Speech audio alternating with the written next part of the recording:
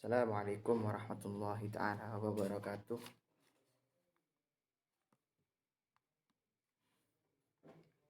Alhamdulillahirabbil alamin wa bihi nasta'in wa ala umuri din waddin. Wassalatu wassalamu ala asyrafil anbiya'i wal mursalin sayyidina Muhammadin wa ala alihi washabihi ajma'in, amma ba'du. Di malam hari ini saya akan menjelaskan tentang demokrasi dalam kajian Islam. Berbicara tentang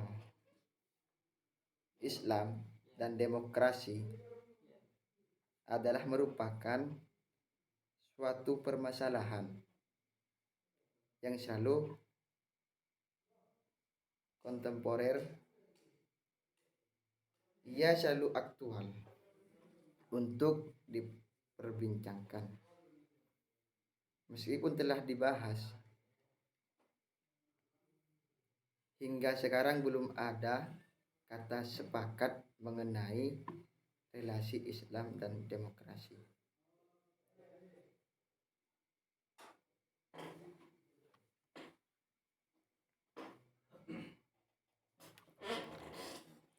Demokrasi dalam kajian umum, demokrasi berasal dari bahasa Yunani yaitu demokratia, kekuasaan rakyat, yang dibentuk dari kata demos yang berarti rakyat dan kratos yang berarti kekuasaan.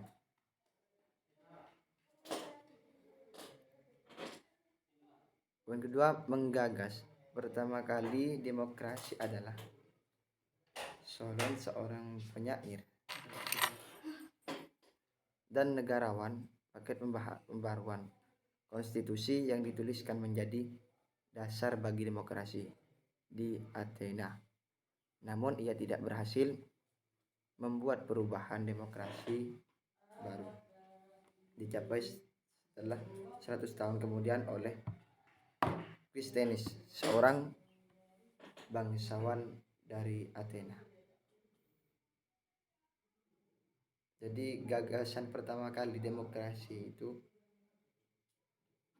dicapai setelah 100 tahun kemudian oleh Kristenis, seorang bangsawan dari Athena. Poin kedua, istilah demokrasi tidak memiliki definisi yang tetap, karena demokrasi merupakan entitas dinamis yang memiliki sebagai macam pergantian sepanjang waktu. Istilah demokrasi tersebut tidak memiliki definisi yang tetap, karena demokrasi memiliki entitas dinamis yang memiliki berbagai macam pengertian panjang waktu. Poin keempat, menurut Rahmat Yassin, demokrasi dalam kajian Islam menurut Rahmat Yassin yang paling populer untuk saat ini adalah apa yang telah dirumuskan oleh Abraham Lincoln, Presiden Amerika ke-16. Menurutnya demokrasi adalah pemerintahan dari rakyat, oleh rakyat, dan untuk rakyat. Jadi menurut Rahmat Yassin, demokrasi dalam kajian Islam tersebut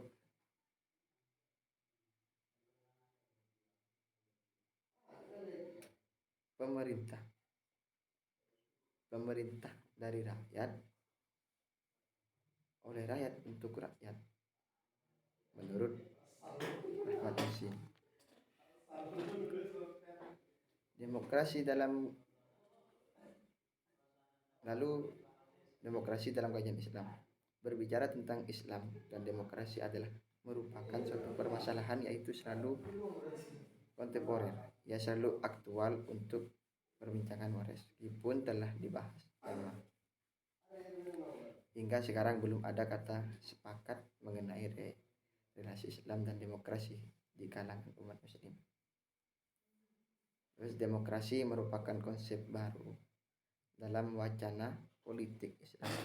Kaum muslim baru kenal dengan demokrasi sejak abad lalu, yaitu setelah adanya pembenturan kebudayaan Islam dengan Barat. Demokrasi itu merupakan konsep baru. Jadi demokrasi itu termasuk konsep baru dalam wacana politik Islam. Dalam pembahasan relasi Islam dengan demokrasi ada 3 kelompok ataupun pandangan yang berkembang dalam dunia Islam. Dalam pembahasan relasi Islam dengan demokrasi ada 3 kelompok. Yang pertama menolak demokrasi. Yang kedua kelompok moderat. Yang ketiga kelompok pro demokrasi.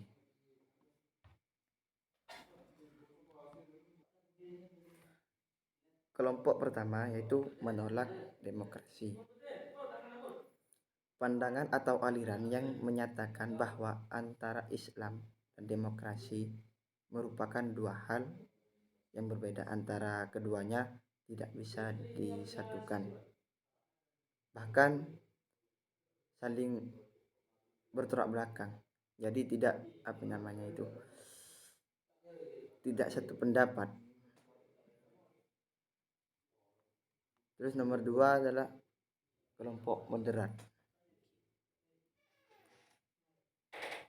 Kelompok moderat, pandangan yang kedua ini menyatakan bahwa Islam bisa menerima adanya hubungan dengan demokrasi di satu sisi.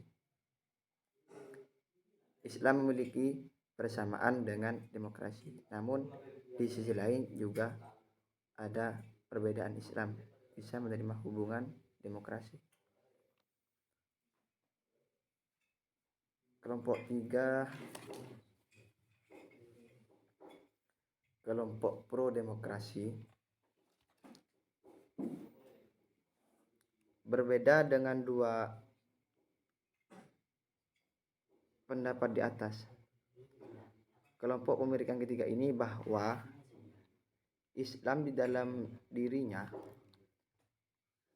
demokrasi karena menerima sepenuhnya demokrasi sebagai suatu yang universal.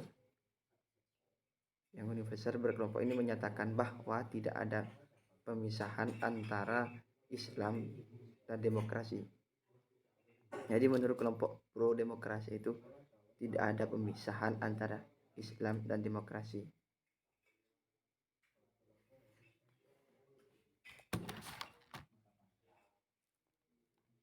Sekian, terima kasih untuk pembahasan kali ini. Assalamualaikum warahmatullahi wabarakatuh.